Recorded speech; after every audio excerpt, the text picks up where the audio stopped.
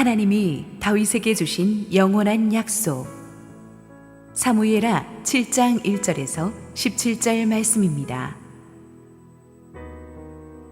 여호와께서 주위의 모든 원수를 무찌르사 왕으로 궁에 평안히 살게 하신 때에 왕이 선지자 나단에게 이르되 볼지어다 나는 백향목 궁에 살거늘 하나님의 궤는 휘장 가운데에 있도다.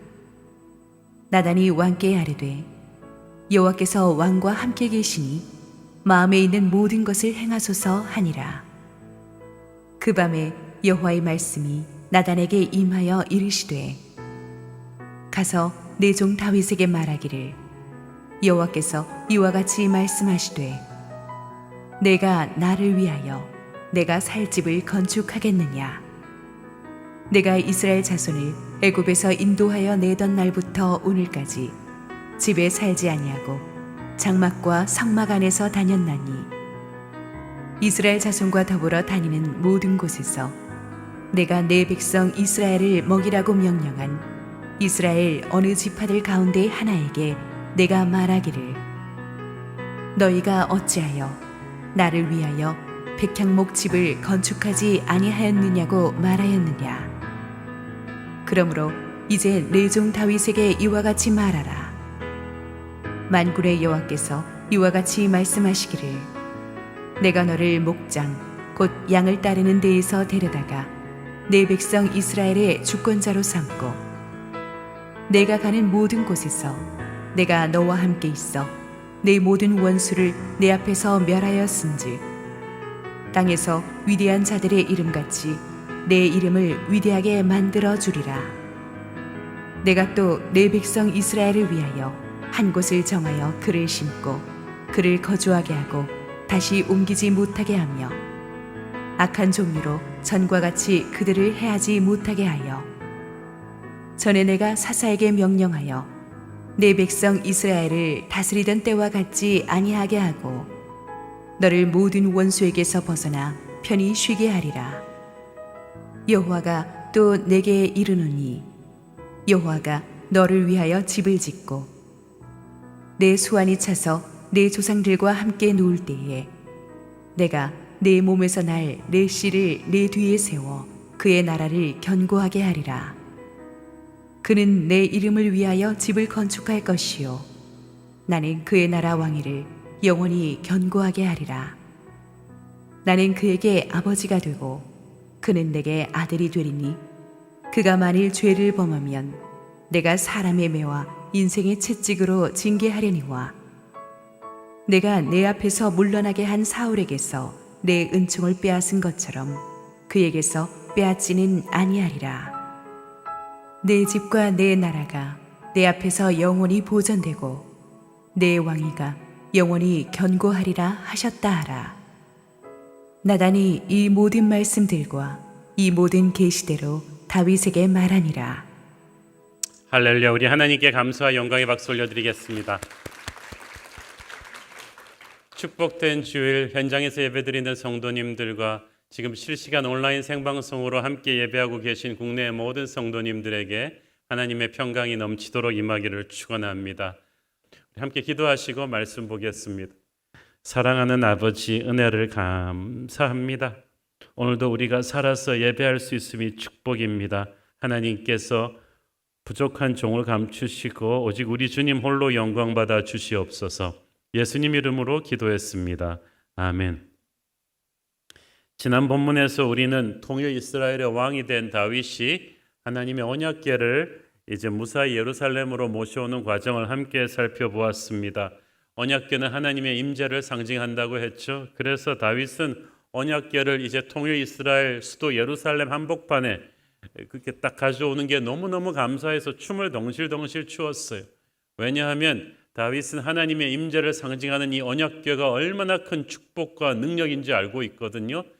특히 그 언약궤를 이제 예루살렘 중심에 두고 예배의 중심으로 삼았을 때 자기가 감당할 수 없었던 왕으로서의 두려움과 이 모든 것을 종식시키고 하나님의 다스림이 온전히 이스라엘을 떠받칠 걸 알기 때문에 다윗이 너무 좋아 춤을 추었고 백성들도 함께 춤을 추고 찬양하고 함께 떡을 떼고 하는 완전히 내셔널 셀러브레이션, 온 나라가 축제를 벌였습니다. 다윗은 알고 있었습니다. 자기가 지금 막 왕이 됐기 때문에 정치, 경제, 문화 여러 방면의 일들이 산적해 있었지만 그 모든 일들도 하나님의 임재를 모셔오는 것만큼 중요하진 않다는 것을, 그리고 하나님의 임재가 자기의 삶의 리더십 중앙에 바로 설 때 그 모든 것들을 하나님께서 해결하신다는 것을 알고 있었어요. 여러분도 그렇습니다. 저와 여러분도 그렇습니다. 우리가 지금 현실적으로 산적한 문제들이 너무 많지만 우리 각 개인의 가정의 교회에 우리가 제일 중요한 것은 예배를 통해 하나님의 임재를 체험하는 거예요. 하나님의 임재가 우리의 복잡한 현실 속으로 들어올 때 모든 절망은 사라지고 새로운 소망의 꽃이 어떻게든 피어나는 줄로 믿습니다. 하나님은 교회 가운데 성령으로 임재하십니다. 예수 그리스도의 임재를 기쁨으로 초대하는 백성들에게 오셔서 그 죄를 사하시고 새롭게 상황을 정리하시고 회복과 부흥을 주시는 줄로 믿습니다. 자, 하지만 다윗의 마음은 언약궤를 예루살렘으로 모셔오는 것만으로는 만족하지 못했습니다. 1절 읽습니다. 다윗 여호와께서 주위의 모든 원수를 무찌르사 왕으로 궁에 평안히 살게 하신 때에, 다윗이 왕이 되어서도 수많은 전쟁을 치르면서 승리하고 이제 태평성대를 이루어가고 있었죠. 그런데 1절 말씀에 보니까 여호와께서 주변의 원수를 무찌르셨다고 돼 있어요. 분명히 전쟁터에서 싸운 건 다윗인데 하나님께서 하셨다는 거예요. 그리고 그 말이 옳습니다. 겉으로 보기에는 다윗이 한 것 같지만 실은 다윗의 하나님이 이루신 승리죠. 다윗은 패배를 모르는 전쟁 영웅이었습니다. 병력이나 무기면에서 압도적으로 불리한 전쟁도 다윗이 나가면 이겼어요. 이것은 다윗 개인의 능력으로만 보기에는 너무나 이해할 수 없는 미스터리였는데, 그래서 다윗은 아군에게는 승리의 상징, 적에게는 공포의 대상, 알고 보니 하나님께서 다 도와주신 것이었어요. 하나님은 우리 인생의 모든 승리 뒤에 계셨던 보이지 않는 손이신 줄을 믿습니다. 겉으로 보기에는 내가 한 것 같은데 실은 아버지께서 해주신 거예요. 그렇지 않습니까? 우리가 잘 키운 자녀들 우리가 키웠나요? 하나님이 키워주셨죠. 우리의 부족함에도 불구하고 우리가 이만큼 먹고 살고 있는 것도 하나님이 다 해주신 거예요. 새로운 교회 부흥은 100% 하나님이 하신 거예요. 담임 목사의 수많은 약점에도 불구하고 하나님께서 이루신 놀라운 부흥입니다. 예수 믿기 전에는 내 인생을 내 힘으로 일군 줄 알았어요. 자수성가한 줄 알았어요. 그런데 아니었어요. 하나님의 은혜가 없이는 여기까지 올 수 없었어요. 하나님의 사람은 그렇게 생각해요. 내 손으로 열심히 했지만 결국 하나님이 다 하셨다는 것을 인정을 합니다. 그건 남들에게 신앙 좋다는 말 듣기 위해서도 아니고 겸손해서 하는 말도 아니고 진짜예요. 진짜 그렇다니까요. 우리가 노력했죠. 재능도 있죠. 그렇지만 노력과 재능만으로 인생에서 승리할 수 있어요? 우리가 상상할 수도 없는 미스테리어스한 그런 일들이 많이 일어나는데 어떻게 우리가 무사히 여기까지 왔겠어요? 하나님의 역사인 줄로 믿습니다. 사사시대 때도 사울왕 때도 외세 침략은 항상 있었어요. 하나님께서는 그때마다 사사들을 일으켜서 그들을 물리치셨지만 하나님이 다윗에게 주신 승리는 차원이 달랐어요. 그때는 간신히 침략군을 물리치고 살아남는 전쟁이었지만 지금은 다윗이 침략군을 완전히 괴멸시키고 그들의 싸울 의지를 꺾어버려가지고 그들이 다윗에게 신하가 되었어요. 조공을 바치게 되었어요. 그러니까 인간의 힘으로 하는 승리하고 하나님이 주시는 이 승리의 차이가 이전의 사람들과 다윗에게 주시는 승리는 차원이 달랐던 거예요. 이렇게 전무후무한 승리를 거두면서 태평성대를 이루게 되면, 그래서 통일왕국의 왕이 되면 여러분 같으면 무엇을 하겠습니까? 10여 년의 광야 생활을 이제 뒤로 한 채 좀 성공의 단물을 먹으면서 살고 싶지 않겠습니까? 그런데 이 시점에 다윗이 정말 하나님을 감동시키는, 그리고 정말 역사에 남을 놀라운 소원을 결심하게 되죠. 2절 읽습니다. 왕이 선지자 나단에게 이르되 볼지어다 나는 백향목 궁에 살거늘 하나님의 교회는 휘장 가운데에 있도다. 지금 다윗은 백향목, 그 당시나 최고의 건물이 백향목으로 만든 거였는데 이 백향목은 아무 데서나 오는 백향목이 아니라 이름난 해양왕국 두로에서 온 두로왕 히람이 정말 엄선해서 보내준 최고급 백향목에 두로의 목수들이 와서 도와준, 요즘으로 치면은 7성급 최고의 호텔 펜트하우스급 궁궐이에요. 애지간한 사람 같으면 10여 년을 광야 생활하다가 그런 의리의리한 집에 들어가서 살면은 황홀해지고 교만해지지 않겠습니까? 그런데 다윗은 백향목 최고의 궁궐에 살면서도 영적으로 나태해진 게 아니라 오히려 마음이 불편했어요. 왜? 하나님의 구애는 아직도 휘장 가운데 있었기 때문이죠. 하나님의 구애는 출애굽한 뒤부터 광야 생활을 거쳐서 수백 년 동안 사사시대를 거쳐오면서 계속해서 이렇게 이곳저곳으로 옮겨 다니다가 지난번 본문에서 배웠듯이 다윗이 오벳에돔의 집에서 예루살렘에서 옮겨온 거예요. 그래서 잘 마련한 장막 안에다 두었지만 그래도 다윗이 자기가 사는 의리의리한 왕궁에는 비교할 바가 안 되니까 다윗이 너무 마음이 불편했어. 나는 하나님께 베스트를 드리고 싶다. 내가 하나님을 위해서 전을 지어드리고 싶다는 선한 마음을 품었어요. 다윗은 훌륭한 사람이죠. 보통 사람이 인생이 힘들 때는 믿음이 좋다가도 성공하고 나서 사람 바뀌는 경우가 허다합니다. 힘들 때는 하나님이 자기를 도와주시기만 하면 내가 성공하면 하나님께 바치고 하나님의 일을 하겠습니다. 그렇게 서원해놓고 막상 성공하고 나면 말이 싹 바뀌죠. 그런데 다윗은 아니에요. 다윗은 그 초심을 그대로 유지하고 있었어요. 우리도 힘들 때나 잘 될 때나 늘 하나님에게 베스트를 헌신하겠다는 그 마음이 흔들리지 않는 사람 되기를 축원합니다. 그리고 다윗이 왕이 마음 먹었으니까 그냥 밀어붙이면 될 텐데 그렇게 하지 않고 하나님의 선지자 나단과 상의를 해요.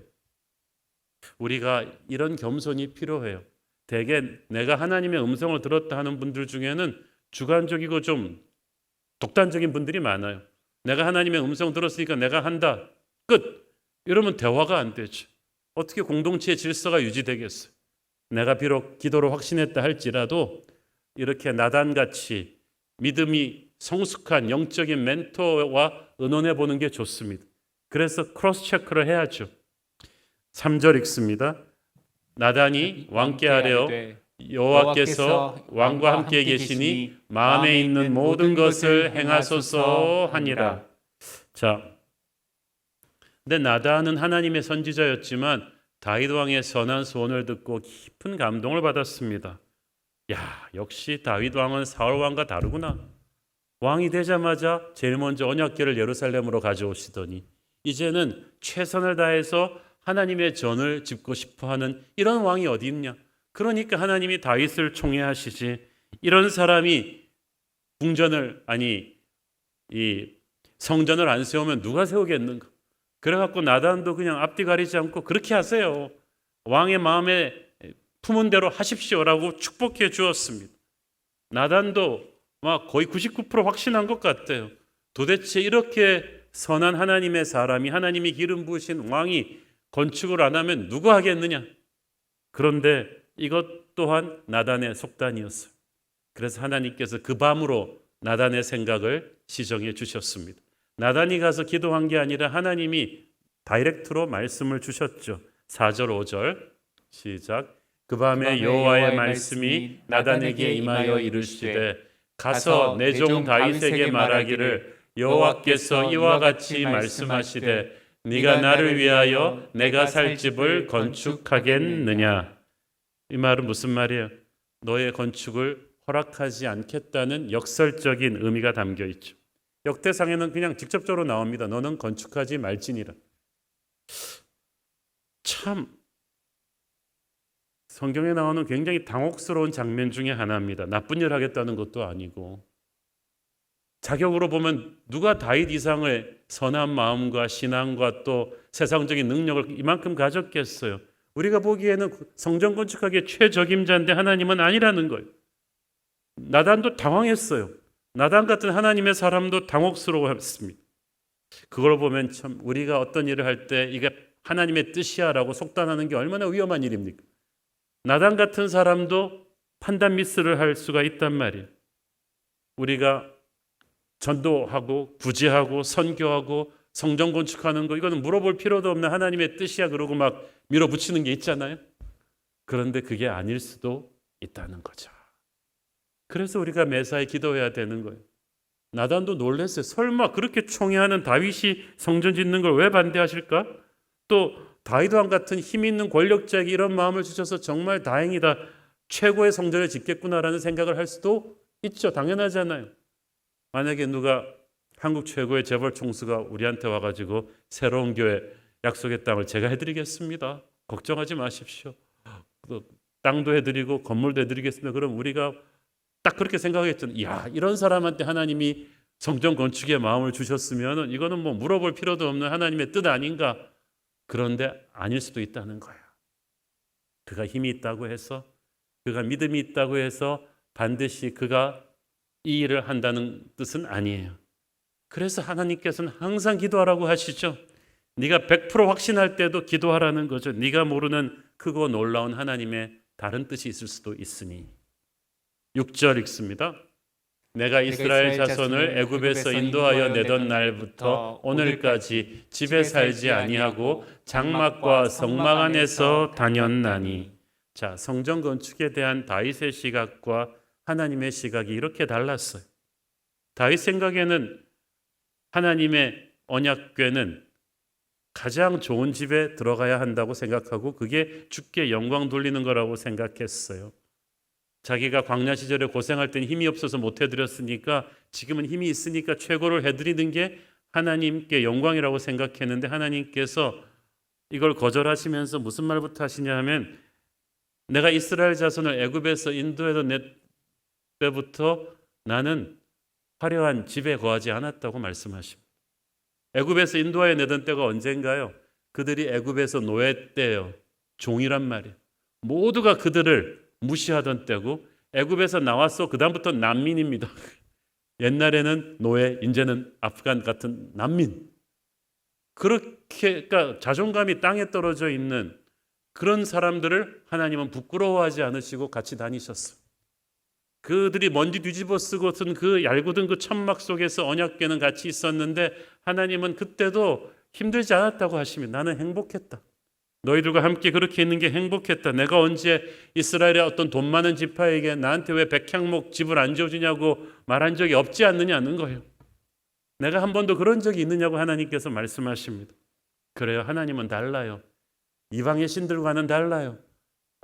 사람들에게 값비싼 재물을 바치고 요구하고 호화로운 신전을 짓는 걸 원하는 분이 아니셨어요. 하나님은 초가삼간이라도 하나님의 백성들과 함께 계시는 것 자체가 행복하셨습니다. 그런데 우리는 자꾸 세상적으로 생각해요. 하나님께 뭘 근사한 걸 해드려야 하나님을 만족시킬 거라고 생각하는 사람은 거꾸로 하나님이 나한테 뭔가 근사한 걸 해줘야 하나님이 나를 사랑한다고 생각할 사람일 수도 있죠. 그러나 진짜 사랑의 관계는 이렇게 눈에 보이는 뭔가를 해주는 게 아니잖아요. 그렇게 따진다면 최고의 명품 백과 다이아 반지를 주고받을 수 있는 재벌 그룹의 커플들은 영원히 이혼하지 않게요? 그런데 그렇게 화려한 걸 주고받는 사람들이 다 이혼하잖아요. 그런가 하면 초라한 사글세박에 살면서도 서로 애틋하게 사랑하며 오래 해로하는 부부도 있죠. 하나님은 다윗이 광야 생활할 때 목동이었을 때 아무것도 없었을 때도 다윗을 사랑하셨고 그가 드리는 예배를 받으셨고 그가 그냥 비파 하나 들고 광야에서 드리는 그 찬양을 오케스트라의 찬양보다 기쁘게 받으셨습니다. 우리 교회가 아직 건물이 없어서 장소를 빌려 쓰고는 있지만 하나님은 지금도 우리의 가난하고 겸손한 예배를 기쁘게 받으시고 있다고 믿습니다. 그래서 우리는 화려한 건물을 소유한 교회들을 봐도 별로 기죽지 않는 거예요. 하나님께서 기회를 주시면 우리에게도 맞는 약속의 땅 건축을 하게 하시겠죠. 그러나 본질적으로 교회는 건물이 아니라 사람임을 믿습니다. 화려한 건물을 무리하게 지어놓고 교회가 힘을 잃는 곳을 많이 보았잖아요. 우리는 좋은 교회 공동체가 되는 게 정말 중요해요. 다윗은 정말 선한 마음으로 하나님의 전을 건축하기를 원했습니다. 아까도 말씀드렸듯이 자기가 가난하던 시절에는 힘이 없어 못했지만 이제는 최선을 다해서 드릴 수 있다는 마음이 순수했어요. 그 순수한 선한 마음을 아셨기 때문에 하나님께서 다윗의 성전 건축 계획을 비난하거나 캔슬하신 것은 아니에요. 다만 유보하신 것뿐이죠. 언약궤를 예루살렘으로 모셔오고 나서 성전 건축을 하는 것은 반드시 누군가는 해야 될 일이지만 그 누군가가 다윗은 아니었다는 사실이 우리에게 충격을 줍니다. 우리가 생각하기엔 최고의 적임자가 하나님에게는 아닐 수 있어요. 꼭 그 사람이 나빠서 틀려서가 아니라 하나님의 큰 그림이 따로 있기 때문입니다. 그러므로 우리는 하나님의 일을 할 때 열심히만 하는 게 아니라 늘 기도하면서 방향 체크를 하면서 해야 돼요. 그래야 하나님이 원하시는 것이 무엇인지를 확인할 수 있고 하늘이 땅보다 높은 같은 하나님의 큰 뜻의 결을 따라서 갈 수가 있죠. 하나님께서 자기 백성에게 요구하시는 것은 눈에 보이는 화려한 성전을 만들기 전에 그 성전에서 예배할 사람들의 마음이 제대로 정리되는 것이었습니다. 이들은 수백 년 동안 난민 생활을 하면서 우상 숭배를 하고 죄로 물들어 있었습니다. 이제 다윗이 통일을 하면서 그들의 마음이 다윗처럼 온전한 예배자로 바뀌어져 가는 과정이 아직 완전히 되지 않았던 거예요. 그리고 하나님께서 다윗의 성전 건축을 반대하신 결정적 이유가 또 하나 있어요. 역대상 22장 7절 8절. 다윗이 솔로몬에게 이르되 내 아들아 나는 내 하나님 여호와의 이름을 위하여 성전을 건축할 마음이 있었으나 여호와의 말씀이 내게 임하여 이르시되 너는 피를 심히 많이 흘렸고 크게 전쟁하였느니라. 네가 내 앞에서 땅에 피를 많이 흘렸은즉 내 이름을 위하여 성전을 건축하지 못하리라. 와, 생각지도 못했던 일이죠. 다윗이 수많은 전쟁을 치르면서 피를 많이 흘렸는데 하나님께서는 그것이 네가 성전 건축을 직접 못하는 치명적인 영적인 이유라고 하십니다. 이는 성전 건축이 화평케 하는 자에게 손에 의해 수행되어야 함을 뜻하죠. 물론 다윗이 치른 모든 전쟁이 잘못된 전쟁이란 말은 아닙니다. 그가 치른 모든 전쟁은 하나님이 함께 하시는 하나님의 뜻을 이루는 거룩한 전쟁이었음이 분명합니다. 그러나 그 전쟁의 스피릿은 본질상 이 성전과 조화될 수 없다는 거죠. 왜냐하면 하나님의 왕국은 본질상 평화의 왕국이기 때문입니다.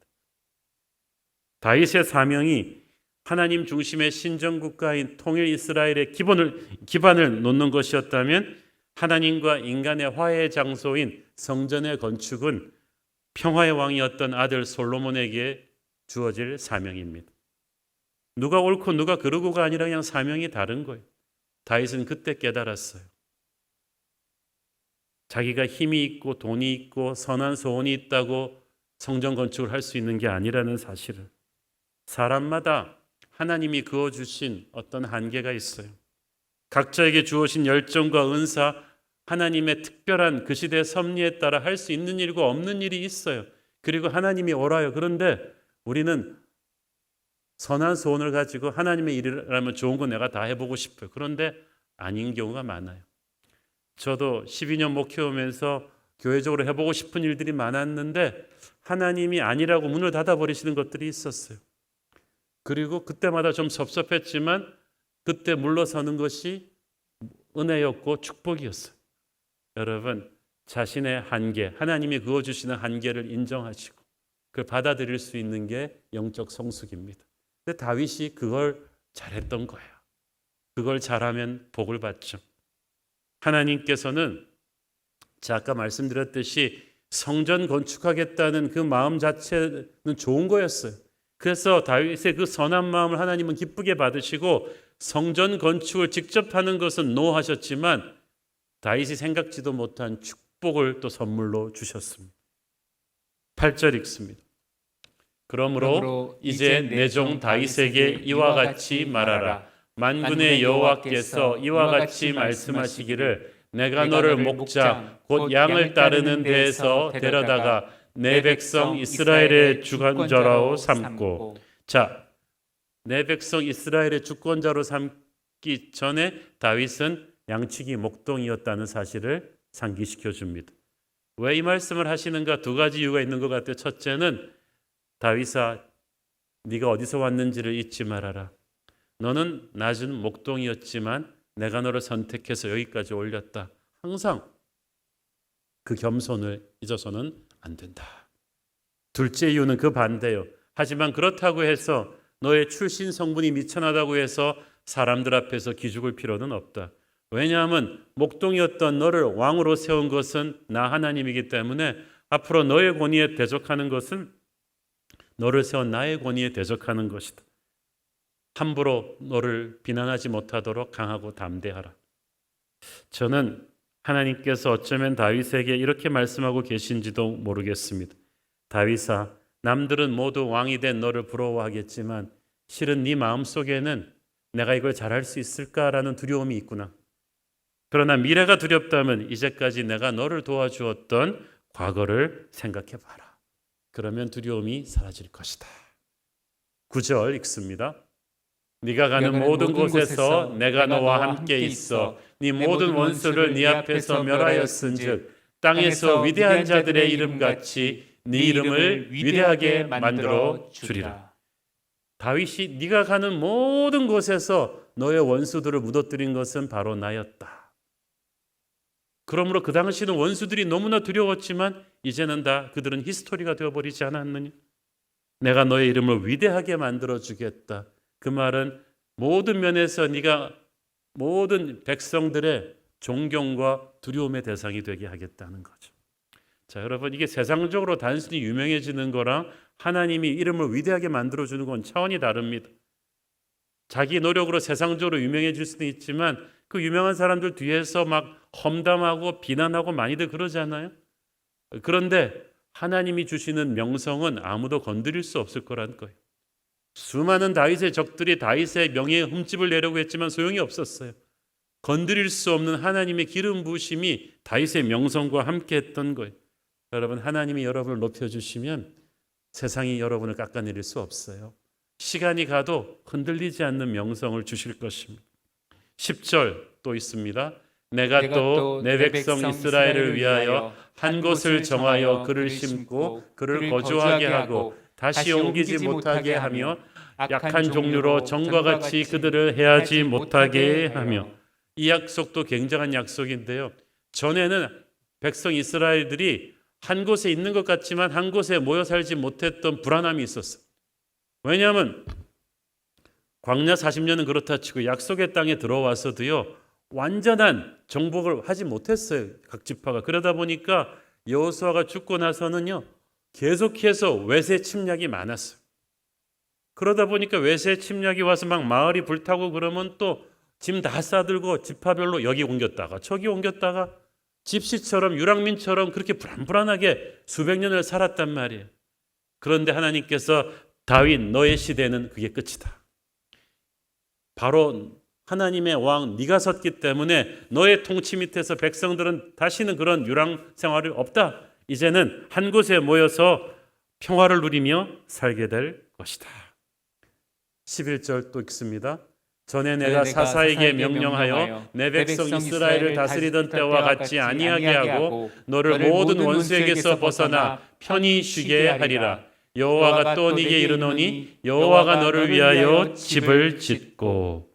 이제 사사시대 때 일어났던 크고 작은 승리와는 차원이 다른 영구한 승리를 줘서 네가 원수들로부터 평안히 쉬게 하리라. 이제는 더 이상 누가 뒤에서 너를 뒤통수 치고 공격해 올지 두려움이 없는 든든한 왕국을 내가 세워줄 것이다. 그러나 지금은 조금 더 시간이 지나야 돼요. 왜냐하면 이게 미래형으로 돼 있죠. 내가 너를 쉬게 하리라. 지금은 다윗의 정복 전쟁들이 아직 다 끝나지 않았어요. 이것이 아까 말씀드린 왜 솔로몬 때까지 성전 건축이 유보되었는지에 대한 부분적인 답입니다. 이 정복 전쟁이 끝나서 완전한 평화가 이루어질 때 평화의 상징인 솔로몬이 성전 건축을 할 수 있는 거예요. 그래서 사실 실제 짓는 건 솔로몬이 짓지만 그 정지 작업은 다윗이 다 해놓은 거죠. 그래서 하나님의 눈에는 실제 지은 솔로몬보다 다윗의 그 공로가 더 컸어요. 그리고 진짜 대단한 축복은 그 다음부터 나오죠. 여호와가 너를 위하여 집을 지어줄 것이다. 기가 막히지 않습니까? 다윗이 하나님께 집을 지어드리겠다 그랬는데 하나님께서 성전 건축은 네가 하지 마라 그래 놓으시고는 대신 내가 너를 위해 집을 지어주면 어떻겠냐. 그런데 하나님이 지어주시겠다는 집은 물리적인 건물이 아니라 다윗의 후손들, 그의 가문의 미래를 말하는 거예요. 내가 너희 가문을 명예로운 믿음의 가문으로 대대손손 빛나게 해줄 것이다 라는 뜻이에요. 지켜줄 것이다. 실제로 유다 왕국 500년 내내 다윗의 후손 왕들 중에는 잘난 사람, 못난 사람, 사고치는 사람 많았지만 그들의 부족함에도 불구하고 그 왕국을 500년 동안 지탱시켜줬어요. 하나님께서. 그리고 그때마다 그 역대상하 열왕기상하에 보면 그 말이 나옵니다. 내가 다윗에게 한 언약 때문에 너를 축복한다. 내가 널 봐서는 그냥 나라를 망하게 하고 싶지만 너의 조상 다윗에게 한 언약 때문에. 그러니까 여러분 얼마나 놀라운 거예요. 우리가 하나님을 사랑하는 믿음의 조상으로 올바르게 서면요, 우리의 자자손손 가장 멋진 하늘나라 보험이 그들을 위해서 딱 된다는 것. 믿음의 명문가가 대대로 내려가게 된다는 뜻입니다. 12절 13절 읽습니다. 네 수완이 차서 네 조상들과 함께 누울 때에 내가 네 몸에서 난 네 씨를 네 뒤에 세워 그의 나라를 견고하게 하리라. 그는 내 이름을 위하여 집을 건축할 것이요 나는 그의 나라 왕위를 영원히 견고하게 하리라. 네 몸에서 날 그 씨는 솔로몬을 가리키죠. 솔로몬이 다윗이 죽고 난 뒤에 성전 건축을 완수할 것이다 라는 하나님의 예언입니다.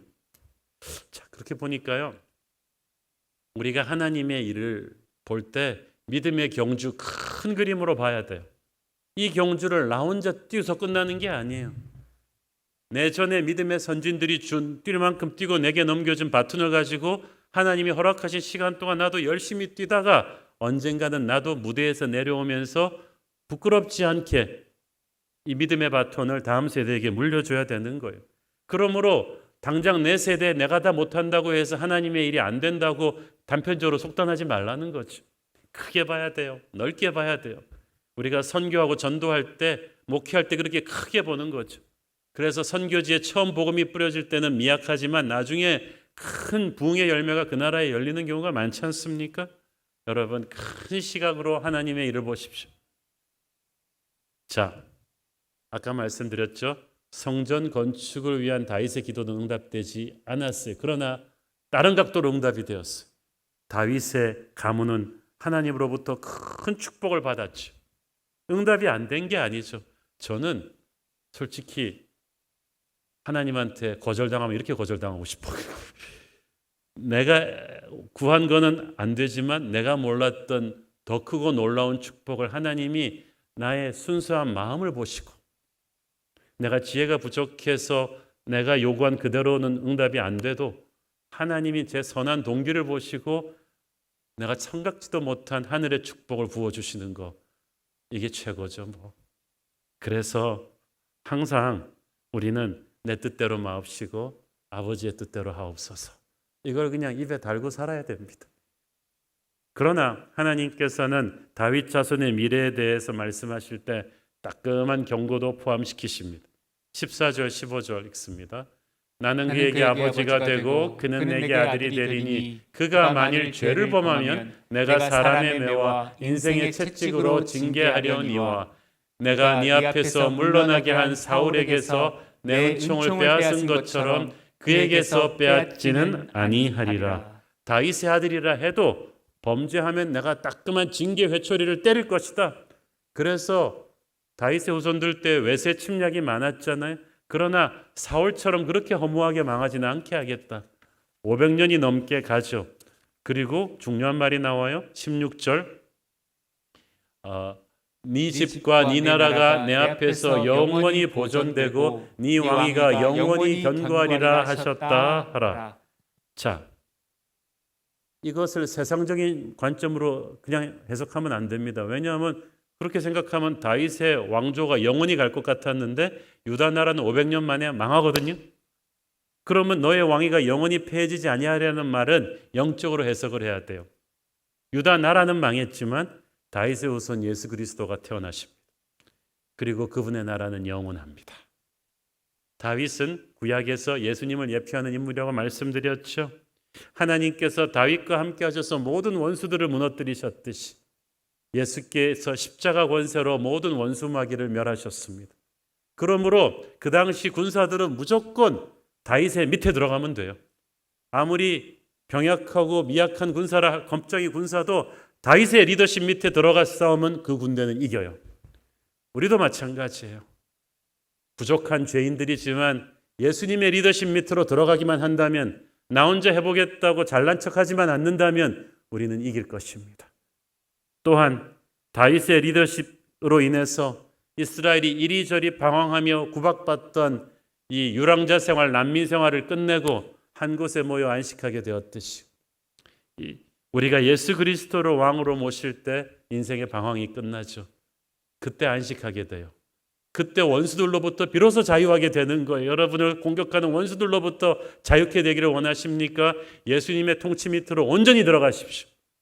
반반씩 그렇게 갈라서 서 있지 말고 그분의 리더십 밑으로 온전히 들어가는 거예요. 우리의 왕이신 예수 그리스도, 모든 이름 위에 뛰어나신 그분의 이름을 붙잡고 사십시오. 세상 그 무엇보다도 그분의 임재를 사랑하고 그분과 동행하며 가십시오. 그러면 어떤 폭풍 가운데서도 주님은 우리와 우리 가문의 미래를 지키실 줄로 믿습니다. 기도하겠습니다. 사랑하는 아버지, 은혜를 감사합니다. 하나님, 다윗과 함께 하셨던 하나님이 우리와 함께 하신 하나님이신 줄 믿습니다. 부족하지만 손잡아 주시고 축복하여 주시고 동행하여 주옵소서. 예수님 이름으로 기도했습니다. 아멘.